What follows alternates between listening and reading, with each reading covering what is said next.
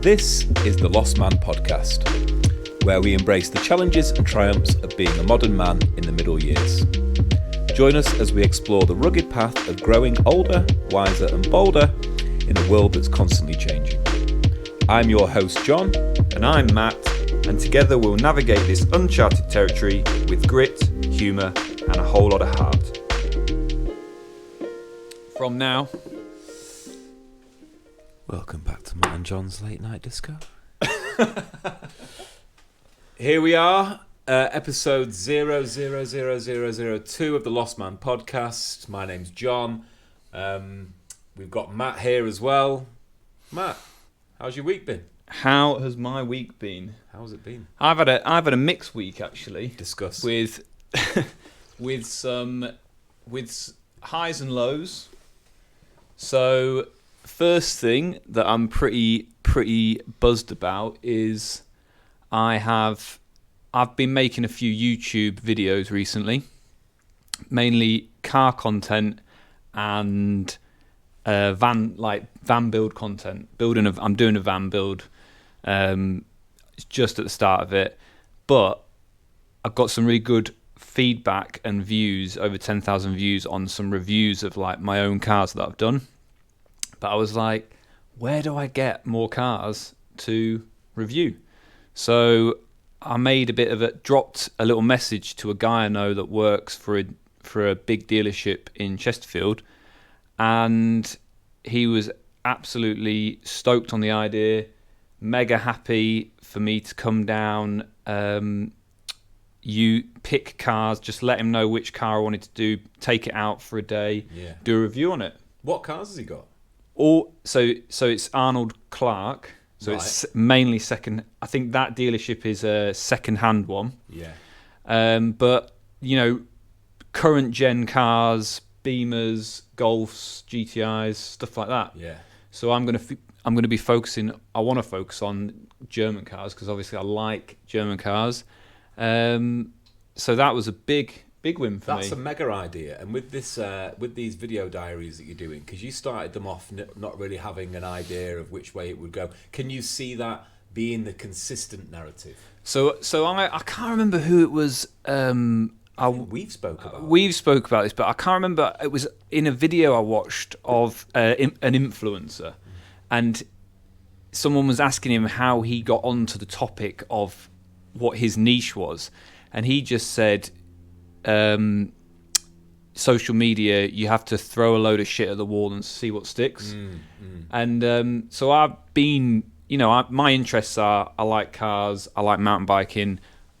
Obviously, we're doing the van build, and you're really good with that technical stuff. Like you've got a good kind of intricate technical. Yeah, I like analysing stuff things as well. So I just wanted to do some reviews on my van before it went back, and I got this one, and then I did a review of our new Beamer, and the Beamer review has done over 10,000 views. My van reviews on the Crafter and the Transit have done over 8, I think. So obviously that is, I feel like that's showing me some momentum. Kind of like, you may as well stick with that. Yeah. Hey Matt, where can people find your podcast? Podcast? Don't you mean YouTube channel? So YouTube channel is A Buck Life. Right. And it's going to be automotive content and van build content. Nice, shameless plug there. Thank you, mate. Yeah, very cool. What else? What other wins have I had this week? Little win yesterday that I'll talk about in a minute. Lows, I'm just kind of getting through these mountain biking injury kind of operation rehab. So anybody that's had an injury will know that just getting through these, there are highs and lows. Some days you just feel pretty shitty. Quick recap on what the injuries are for the audience at home. Quick recap, but I think we will touch on it more on like a bit of an injury or like, because it's left me feeling a bit like anxious and maybe a tad depressed at times. I think we'll do a proper one on that. But essentially, used to do a lot of downhill mountain biking. During COVID, had a big off where I tore my meniscus in my knee, and I also tore a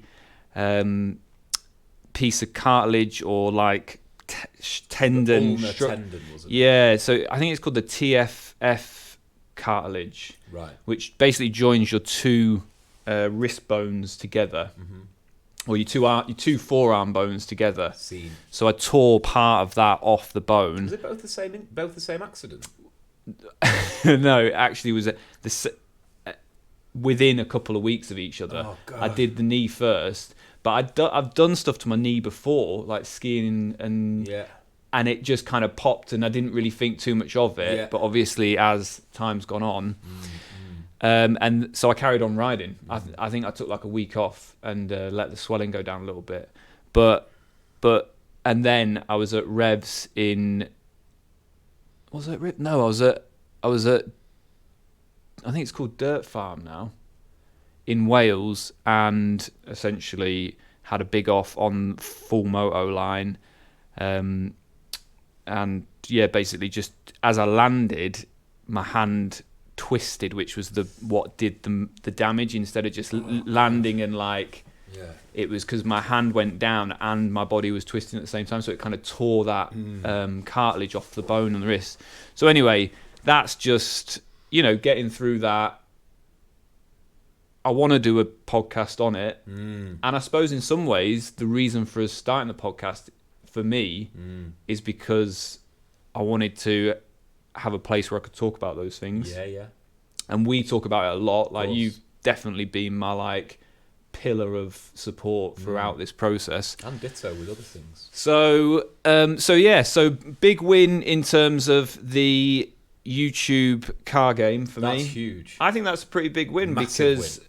Well, it's just a thread, and it's like at the moment there's no end to that thread. Just car after car after car after car. They've got a 330e which I want to drive, and they've got a Golf GTI. But Teddy essentially said, have a look on the website, phone me up, tell me what you want, and obviously a little bit of a plug for him and them.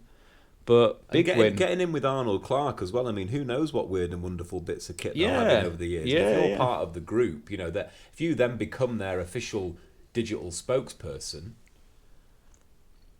you could be going all over the place, driving all kinds of cars, doing test drives. Maybe. Like reviews. my motivation By next time you go to Corsica, it could be, right, I'm going to Corsica, I'll do a long distance drive in one of these, do a review on it. Yeah.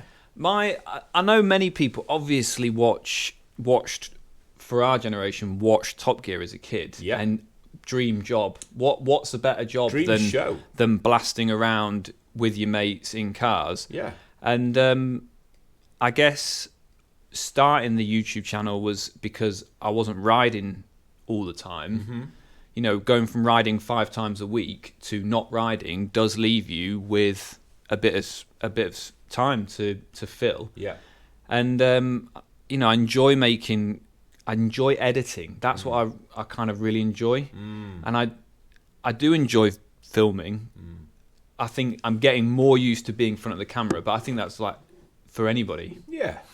But I also love cars, and it's like how for us, I feel like getting into some nice cars is out of reach a little bit. 100%. So is this a way for me to be able to get into these cars and enjoy them? Yeah. And it's interesting what you say about the riding leaving like a bike-shaped hole in your life. Oh, a huge hole, mate. I think that, I watched the Tony Hawk documentary recently, the other day. If you haven't seen it, go and watch it. And he talks, you just realise what kind of dedication it takes and how much it takes up of somebody's life. And he talks a lot about what happens to some of these ex-pro skateboarders when they can't, when you start getting to your 40s, your 50s, and you can't flip tricks anymore. It's like, what the hell do you do?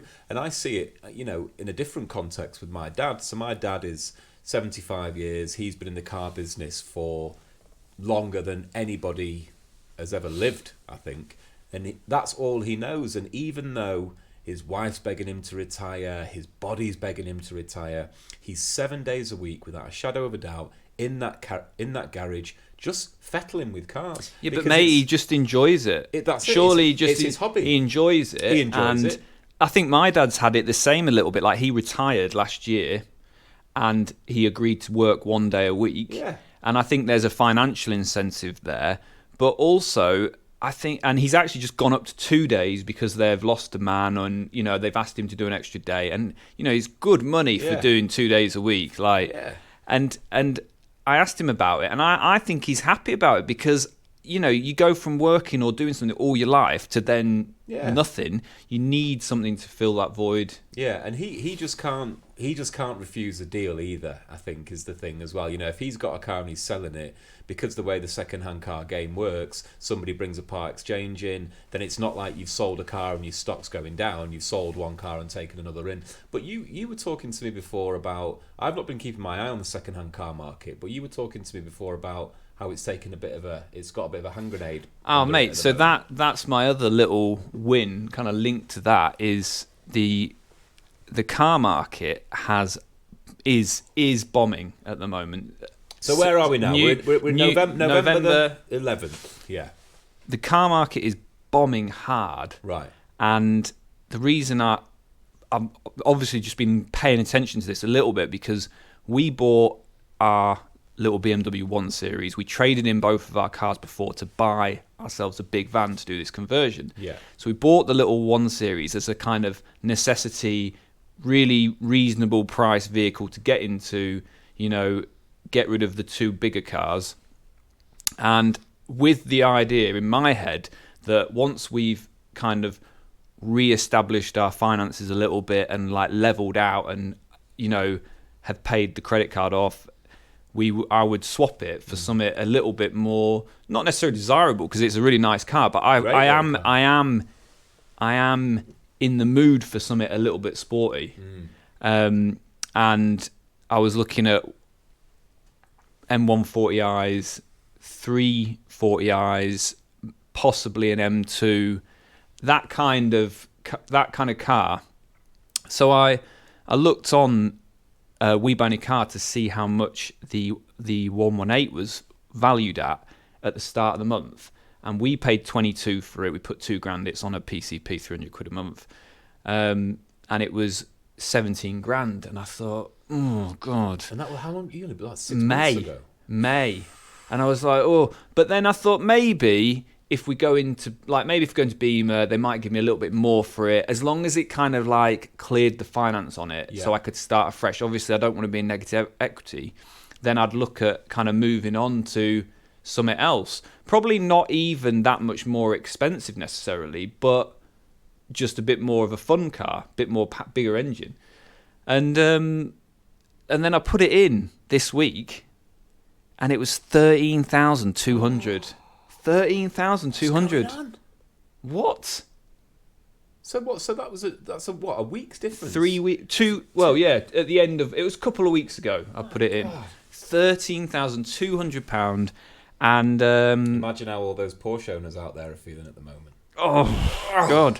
Well, I think it's any level wherever you are in the car market with your vehicle at the moment. It. Obviously, bigger they are, the harder they're going to fall at the moment. But yeah, just crazy loss. So I haven't looked at our settlement figure for it because we're obviously in negative equity. So there's no chance of swapping that now for the foreseeable future. So I thought, I'll obviously with the arm at the moment, I can't drive. So I thought I can't make normal videos that I would usually want to make. So I was like, I'll just do a quick video about the fact that the car market has shit itself.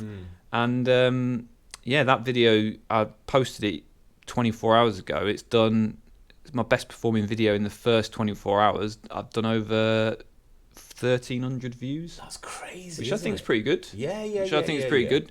But annoyingly, I properly cocked up on the editing of it. The music, the intro music is a little bit too loud, and people are like, oh.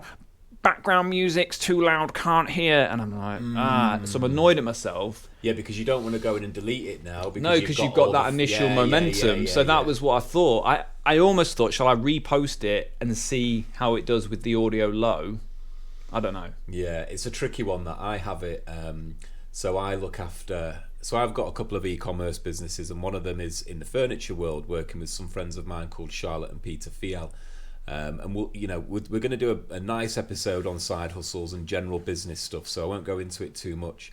But I can relate because I look after the Instagram, and quite often, me being me, I'll post something and I've made some stupid error on one of the images, and you can edit the copy on Instagram, but you can't, so for example, talking about cars, Charlotte and Peter have they've written a book around the world's best collector cars, this incredible piece of work. So we posted about it, and one of the cars, I forget what it was, maybe a 250 GTO or something. The picture that I'd posted was the wrong picture, and they're real particular about what you post, which you can imagine. With design, it's important. Yeah, of course it is. And by the time we'd posted it, and it had got sort of 70, 80 likes or something like that, and then Peter just messaged me to say, and it's that rip it down. Did you rip it down? I suppose you got to rip it down. Had to, yeah, had to. Luckily, it was okay. We posted it again a couple of days later, and it got the same sort of traction. But it's just that I know what you mean with that sinking feeling where you just go, oh no, I've got to throw all those likes away. And I suppose that is a proper business, so that really matters. Yeah. I think for me, it's a learning curve, isn't it? 100%. And you learn. It's actually a good lesson to learn to double check your sound levels and things like that. Yeah. And I've been trying to learn attention to detail for 40 years. We're getting there. Yeah, that's good. I mean, how's my week been? I've had a couple of good wins this week as well. So, I mean, let's start on lows. Has there anything been particularly bad this week? I've got a little bit, just a general feeling low. I've got a little bit of not a cold, not enough of a cold to say I've got a cold. Don't bring your cold over here, mate. I don't. The last thing. I mean. Not enough of a cold to say I've got a cold. When you have a little kid, you can be in constant. colds well, I got for it from weeks. Here No, you didn't. But it's kind of like not even a cold, just an underlying kind of. For whatever reason, I think because the house is upside down at the moment and we're all living in the front room, I'm not getting the best sleep. And again, that's another whole podcast episode. But I think it's a little bit of that, just an accumulation of sort of 5-hour nights, and I'm feeling a little bit like today. I'm in a little bit of a. It's almost good for the podcast. Yeah, but it's I'm in good, mate. A weird, delirious, lack of sleep mood. Yeah, exactly. But positive things that have happened this week. So like I mentioned a minute ago, I'm looking to set up a couple of businesses. One of them is the furniture, and the other one is in my bread and butter, which is the fashion world. So I spent 5 years working in the sort of the premium lifestyle fashion world, e-commerce, and then the business that I work for, the group that it was owned by, went under and unfortunately sank that business as well. But the people who actually found... Which you saw coming and jump ship before... I mean, the writing was on the wall. And, the guys... The thing for anybody out there who's looking to set up an e-commerce business, just make sure you know your industry, because it's not a one-size-fits-all template. I've worked for the Hut Group, which is a huge e-commerce giant. They've got a number of different kind of businesses within that.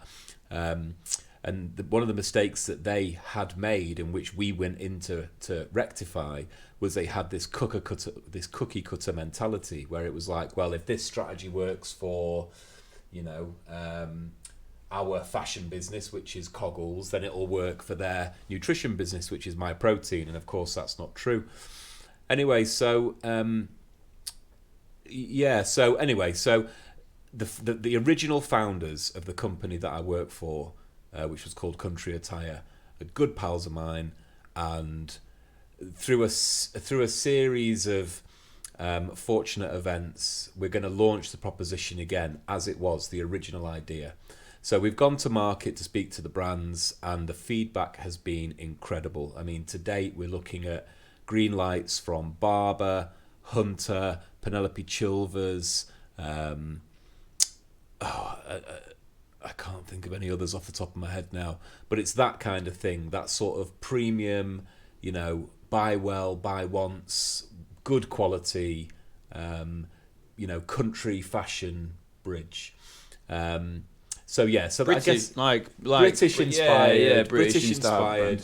And you were saying before we sat down to record that they're just all the meetings are going well. They're really buzzing. They're like really excited, and mate, it's super positive. I'm excited for you. What's happened is the hole that Country Attire left in the market hasn't been filled because the competitors, what they tried to do was lean too much into the middle of the road fashion side of things, where what they should have done is really try and own that space which Country Attire carved out back in 2006. So it's allowed us to just slip back in, and who better to fit back into that gap than the people who originally started it. So that's been a real positive thing. The other positive thing, can we talk about that, or do we have to keep it on the which one down low? The new business. Yeah, we can. We'll mute out the whole of this last 5 minutes of conversation. No, we can talk about that. We can talk about that. Not a secret. It's not a secret, no, because as soon as we started talking to brands, it'll just spread like wildfire anyway. But the other cool thing that's happened is, so in between me leaving the fashion world and sitting here today, I took an interim job as an AD or account director with an agency in Manchester, and whilst doing that, I also decided that I had some bandwidth, so I'd do, a bit of a course. So decided to do a personal training course. Not really got an appetite to be a PT. Yes, we train, but we're definitely not like every other podcast on the scene. A couple of meatheads talking about supplements and jiu-jitsu and all those different kinds of things. But we do enjoy and appreciate exercise. I would say active people. We're just active. Yeah. We just like keeping fit, keeping healthy. Yeah, 100%. It's funny because not gym rats. No. Maybe like when we were younger, a little bit gym ratty. Yeah. But as you get older, it's more about just keeping healthy. Definitely, and it's funny because strangely enough, I was in the gym yesterday, and some girl just came over to me randomly, and she was like, she's one of the trainers there, and she was like, "What are you training for?" And I was like, "Well, not really anything. I'm training to be able to hike when I'm 80. That's the most important thing." Because she was saying, I think that the stuff that you do is really interesting because it's not the typical just get under a bar and watch your one rep max. It's like motor skills and balance. And for me, the way I think about it is that, all these people who are in their 60s, 70s, well, first of all, they might not be able to hike, but it's not so much that. It's those little slips and trips that people have just when they get out the car and they trip over a curb and their body's not got those, not got strength in those kind of minute areas that causes them to have problems that stay with them forever, soft tissue damage that stays with them forever. Anyway, so the point being, started this personal training course, finished it last weekend, done. Official qualified personal trainer. I'm not going to do anything with it. But it's good just from a knowledge point of view. Personal knowledge, mate. Personal knowledge, personal growth. 100%. And it's also been interesting to... What I found really interesting about the course was, yes, the understanding of how the body works and, some of the more technical stuff around certain kind of... programming strategies, but also it was real heavy on the nutrition. So give me your top 3 takeaways from that course. If you had to pick 3 little nuggets of information that you... Do you know what? I think the most interesting things for me were what I've learned about myself from doing this. So I'll answer it, but probably not give you top 3 because it's difficult to. But what I would say is that what I've learned from doing this is how I learn, if that makes sense. So, I haven't done a test or anything since high school, really. And, just kind of like got by on a wing and a prayer, but having to actually sit down and apply yourself with deadlines and tests and things like that, and actually working out what it is that my brain clings onto. So what I've learned, and one of the most interesting things off the back of it is for me, like remembering the Latin names for all the different muscles, I'm okay at it, maybe 60-70% retention, but processy things, like how the respiratory system works and how the cardiovascular system works with all that, and how different proteins and enzymes and things travel around the body and where they're produced from and what impact they have and how they make different muscles function, has been something that actually stuck quite well. I think just generally it's just going to give you a better understanding of how to look after your body. Exactly and that. Yeah, exactly that. And I think that's been cool. What I would say is that, because we've known this for a lot, we've spoken about this over the years. You hear different PTs in the gym, and sometimes you think to yourself, what you're saying is just wrong. Yeah, it's bollocks. It's bollocks. Yeah. And I having done the course, I can kind of understand why that happens, because even the guy who was delivering the course on occasions would say things, and I didn't actually pull it up with him because I just wanted to get. You don't want to be that guy. You don't want to be that guy. Nah. Plus, it's just like whatever, But he would say things where you just think that is categorically wrong. For example. Yeah, but you've probably been training and kind of looking after yourself for longer than he. I don't know how old that guy was. Yeah, he was was he quite experienced? It was more to do. Well, this is the thing: is he was more interested in telling us about how he had a PhD than anything else, and bigging up himself. And I think you get a lot of that in the personal trainer world. But also, maybe things change though. I know, like from my teaching perspective, like maybe you've learnt it as one thing, and things do progress, and maybe information changes. Yeah, slightly. but the thing that sticks out to me that he said was when we were talking about sugar, and he was just like categorically, there's nothing wrong with sugar. Sugar's not bad for you. Mate, it's the devil. Which is crazy. And if you speak to certain people, depending on what research you do, a lot of people will say that refined sugar is probably one of the worst things that's ever happened to mankind, ever. So for him to come out with that, and but it was one of those where you just go, all right, whatever, and get on with it. But the reason that I felt like that in the course, and why the other people felt like that, was because that was his teaching style. He was very just like blasé, do what you need to do to get past it. I can't be bothered being here as much as you can't bother being here. And it was a little bit annoying actually, because I was like, I really went at it to learn this thing. And because I'd done that, I really wanted him to put it on me and test me, you know what I mean? And have that opportunity to shine almost. And I was proud of what I'd done. And there were people in there who had quite obviously just sort of skirted through it, and they ended up getting a pass. And I'm looking at them, even the guy who, so in the mate, what about the guy who on his lunch break came in with a tinny? That was so weird. Like, who does that? Who goes like? Yeah, I don't know. Is it any different to going for a pint? Maybe when you've been on a course at work. I haven't done that very many. I remember when I was training to be a teacher, we used to go to the pub on a Friday at lunch. Yeah, but that was in 21 or something, right? Yeah. I mean, so what happened was, I was like a bit taken aback. So we basically, the practical side of the course was we'd go to this hotel in Ashton in Manchester, 3 weekends out of the 12 weeks that the course was running for. And one of the weekends, there was a lad on there that I hadn't seen before. We were there for the Saturday and Sunday, and the way that it went was you would learn what you needed to perform on the Sunday, on the Saturday, and that was that.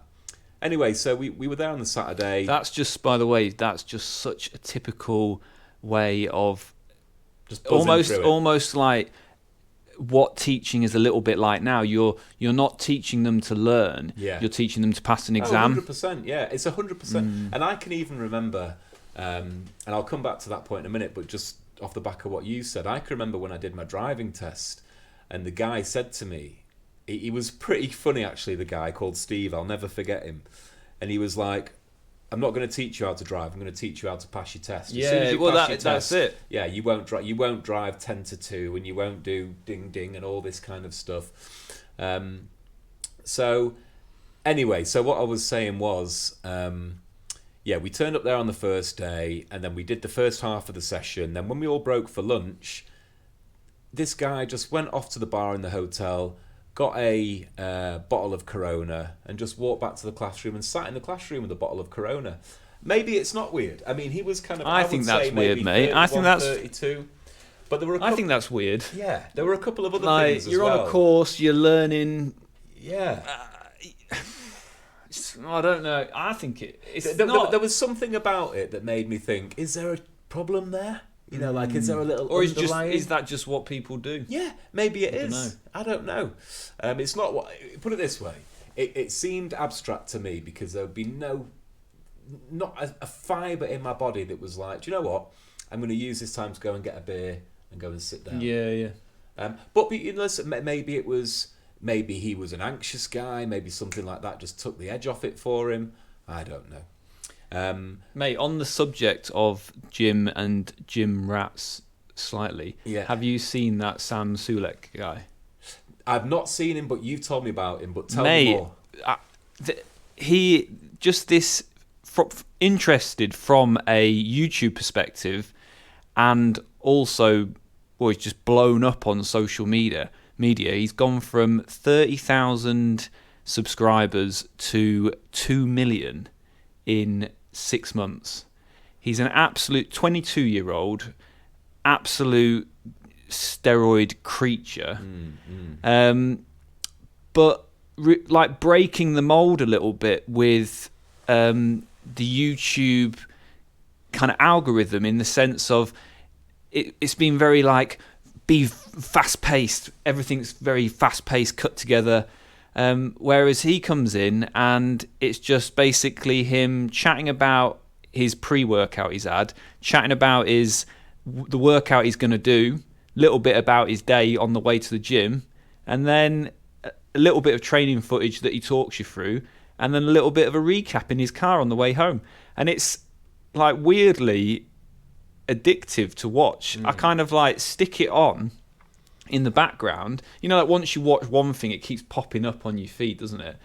Stick it on in the background, and it's just, I suppose it's just like us being in the gym. Yeah. It's just having a chat with your mate, which I think is the appeal with it. You know, he's genuinely a nice bloke. He's a nice guy, and but it's almost like broke YouTube in the sense of how many people are following it. What? And all of those won't be fitness people. I think that there'll be a big chunk of people that it's just, you know, people like to kind of know a little bit about you, or just feel like you sat chatting to a mate, I guess. What's your opinion, or what's your assessment on what? Because I don't think just anybody could do that. There has to be something. Well, he must have a special source.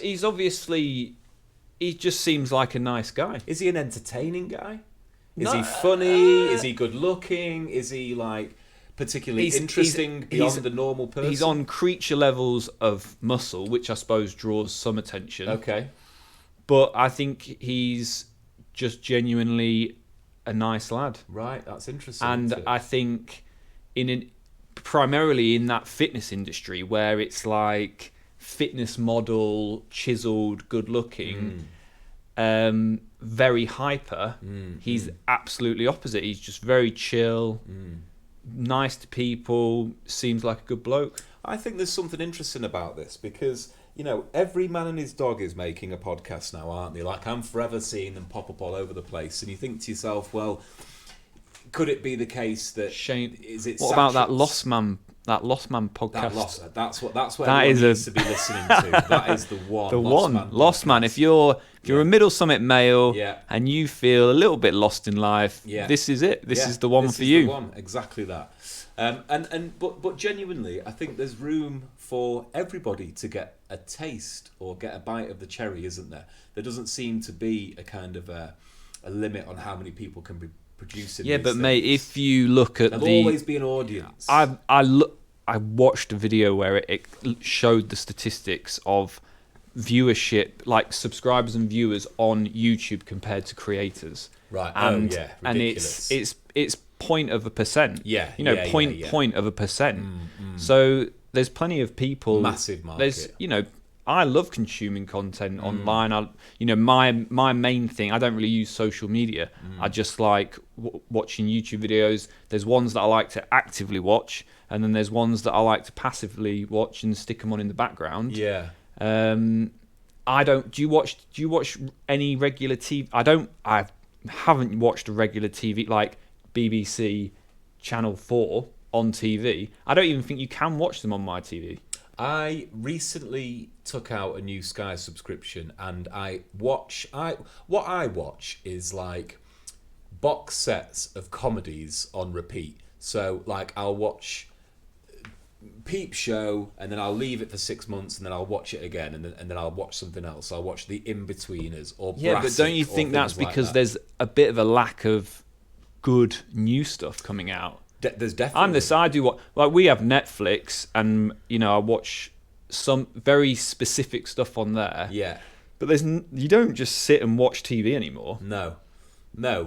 Like it's kind of like I never flick through the live TV guide and like land on something and watch it, if that makes sense. I wouldn't know how to on my TV. Yeah, that's literally. Right. Yeah. In terms of like content consumption, you're a lot more kind of like in the YouTube viewing than I am. The kind of content that I consume is like I watch a lot of fight stuff. I watch a lot of 1FC, UFC clips, stuff like that. What else do I consume on my I like that news true. feed? I like watching a little bit of fight stuff. I like watching some of the UFC stuff, some of the big boxing fight stuff. That the Ngannou Fury fight I thought was interesting. Yeah. Ngannou, to me, from somebody that knows very little about boxing, I think he won. I think he. Yeah.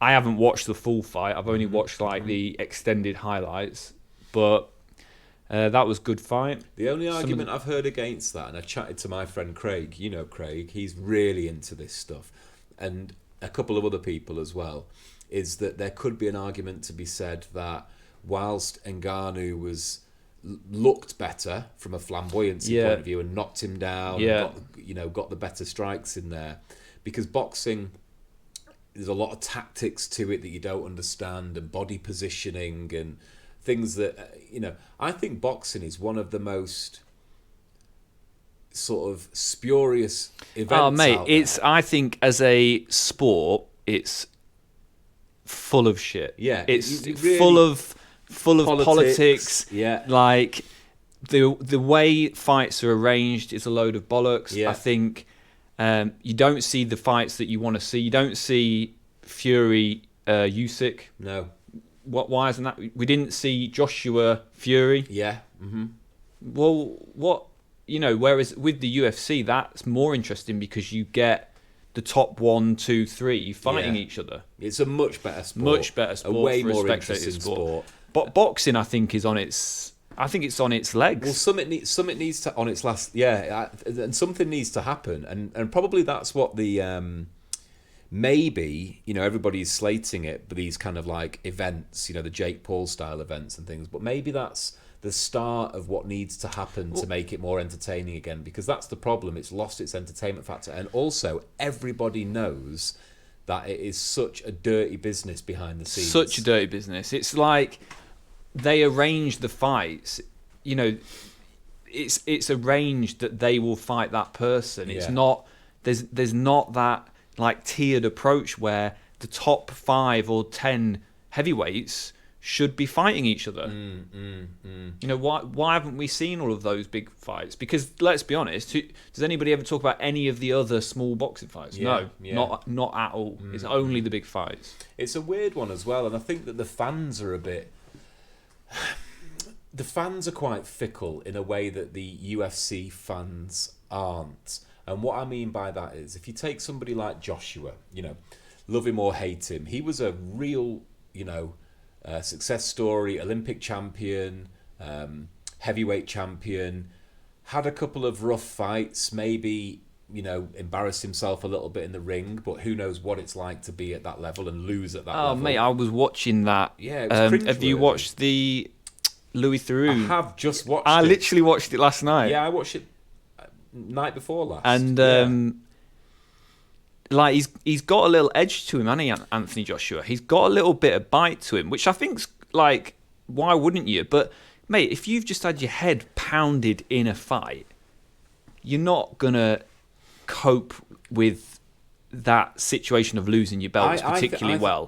You might not. It's funny. It's funny that you say that, because I thought exactly the same thing, and I actually like Anthony Joshua, and I think that what's happened is yeah, I think he's a humble bloke. The media, it's more to do with the media has painted him out to be this golden child, which is, Olympic champion, role model, blah blah blah, all this kind of stuff. But the real Anthony Joshua was a scrapping, weed smoking, firearmsy kind of scrappy No, guy. not firearmsy. Yeah, surely. man, he was. Yeah. He was in trouble with the police with things like that. And allegedly, I think allegedly, allegedly, I don't know. Yeah. And I think I knew he was in trouble with the police, but maybe I'm getting that wrong. I didn't know if he was into gangs and stuff like that. But yeah, I think he was definitely kind of somebody who would have been targeted, like people do target, he's a big bloke. People target those kinds of characters, and I think he was probably on that thing he was talking about wiping out those six guys, and he's got cuts all over, like still got the cuts from it. Hectic. Yeah, and this is the thing, and I think that's what's happened to him, is that the media's painted him out to be, as I say, this golden boy. So when he's and to be honest with you, I would quite like to see Anthony Joshua, be true to himself and be like the bad guy, the bad pantomime. I think he has. I think he is. I think he has, or is embodying that a little bit. I think he is being like, not himself, but not feeling like he has to play up to the camera or play up to the media. I think he is being himself a little bit more. Yeah, and shake off that kind of like good, that good boy thing. Attitude. Yeah, I can't think of the word. Good boy kind of persona. Exactly. And you see it a lot actually. Yeah. You see, like, just take the music business for example. You get kind of if you take, I know this sounds like a weird comparison to make, but bear with me. You take somebody like you take somebody like Britney Spears. We're going further and further away from our topic of the podcast today. We take someone like Britney Spears, and she kind of came up through Disney and all these kind of like whiter than white sort of things, and then there comes this transition point where it's like they've got to kick it from a child celebrity to an adult, and they've got to find their own. And then they introduce kind of the sex sells mentality and all that kind of stuff. So I think Joshua's in that place. I mean, when you watching that documentary, when you watch some of the old fights, you just remember how like I used to watch him. He looked savage in some of those earlier fights. Oh, mate, just like I can remember watching him and thinking, this guy's 20 punches ahead of the other guy. Yeah. I feel like he just looks like he's lost a little bit of his confidence. Yeah. I guess it's quite important, the confidence. I think you're dead right. I think that's the same for anything, isn't it? Once you lose that edge, I think it comes down to it's like self-awareness in a negative context, isn't it? You know what I mean? Like if you're in that boxing ring and you're fighting, and all of a sudden you realise there's X amount of people watching you, and all those people watch you get knocked out last fight. Mate, the pressures must be insane. And this is what I think. Imagine how nervous you'd feel. And that's why I feel sorry for people in those kinds of industries. And boxing's one of them. Football is another one. And because you fall from grace is so savage. Whereas if you take a sport like MMA or the UFC, there's his name's escaping me now. Tony Ferguson. Yeah. Tony Ferguson was an incredible fighter. I think he was a champion in his weight division. Top of the pile for sure. Had a few bad fights. He's been on a pretty bad run, actually. He's training with Goggins at the moment, so he's kind of taking it very seriously. He's fighting, Paddy the Baddy? Is he fighting Paddy the Baddy? I think he's fighting Paddy. Is he? I think he's fighting Paddy the Baddy, yeah. That's interesting. So, there's a good fight on tonight, actually, with a Manchester lad, Darren Aspinall, and someone else. Tonight should have been John Jones and Miocic, Stipe Miocic. I hope I'm saying that right. But anyway, the point being, with Tony Ferguson, he's had a bad run, but everybody's still on side with him. Everybody knows what a legend he was. It's not like, oh, he's lost 3 fights. Let's start shelling him and digging into him. And I think that's the difference between the fan base with a sport like UFC and the fan base with a sport like boxing. And it puts me off it, and it really puts me off football. I can't stand the sport of football. Never been a big fan of it. I think there's too much money in it. I think that it goes to the players' heads and makes them... I quite like watching it. I quite like Do you? watching football. Yeah, I quite like watching football. I like events. I'm not. I like the I'm World not Cup. an avid follower No. of it, but yeah, I can get behind England, Yeah, and God, I can happily watch a good game. Yeah, You know, Yeah. I've been to Manchester United a couple of times. yeah. With our friend George, he took me. He used Yeah. to get tickets, and yeah, good atmosphere. Yeah. Good atmosphere. But yeah, I think like the UFC stuff like that is a little bit more engaging. I think it's, as I say, you're dead right. The sport itself is a good sport to watch. It's interesting when you compare like somebody getting tackled and being a little bitch about it, yeah and like yeah and then somebody getting like planted in the face Yeah, in yeah. a even boxing or UFC. yeah. I mean, it's a different The problem- different person, is a different type of athlete. The problem with that is that that's it's almost like that's part of the game. You know what I mean? Like it's like, right, okay, so today we're going to drill free kicks. We're going to drill, pass it. Being we're a going to drill drilled, how to- yeah. drilled being a bitch. 100%. Yeah. Yeah, it is because Yeah. that's When it's so obvious, I think I'm under no illusions that like injuries happen in football, and some of the tackles savage, but when it's like put on to gain an position, advantage. in the game, I think That's what it's it's all bollocks. They about. should see through And that. I tell you what was funny because I watched the David Beckham series. Have you seen it? Yeah, mega Brilliant. brilliant. And I think what a guy. Talking about football players and not being a fan of them, I've got to say Beckham and a few other people. Obviously, there's people in Zidane, the original Ronaldo, and the new Ronaldo. In some ways, people that you not just for their talent, but you like as a person as well. And Eric Cantona. What's like impressed me with Beckham is there was this I remember my mum. She used to say, "Oh, he sounds thick. He's thick." And actually now when you watch that documentary, it was like, what a beast! He's like dialed in. obviously he was a beast player, but actually The way he handled the even as a situations. player, there's a businessman's brain in there, Yeah. and he was like one of the first players to be really utilizing like personal sponsorship and like branding. And then now, I mean, that Miami deal with Messi, he's worth millions. There's that, and Millions. also I can't remember.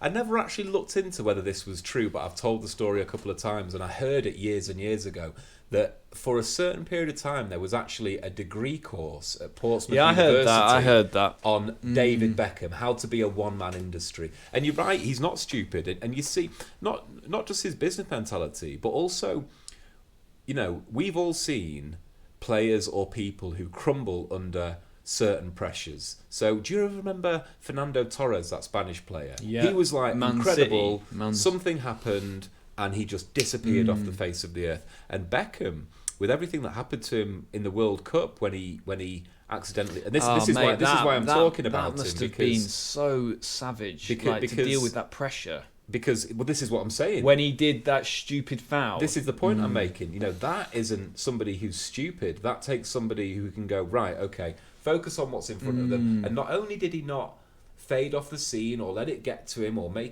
get worse at the game, he got better at the sport. And that's real. But Can you imagine dealing with that pressure and like can't that? imagine dealing with He kind of touched on it in that documentary, like the dealing with that mental. There was no such thing as men's mental health back then. So he just shut down He about just it. head down, Yeah. pushed through. And I don't know what's better or Which worse. I can't say is good advice, but Yeah. it certainly worked for him. I think there's probably... Yeah, it's a difficult one. I don't know what's better. I think it probably depends on the individual. But where I'm going with this is, because we were talking before about, it being part of the game to fall over.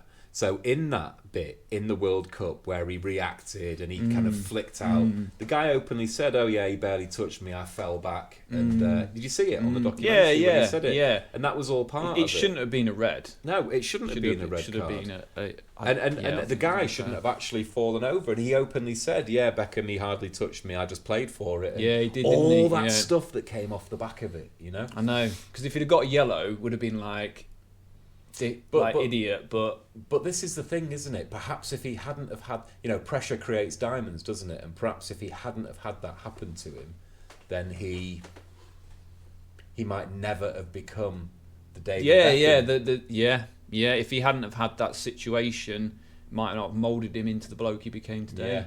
Yeah.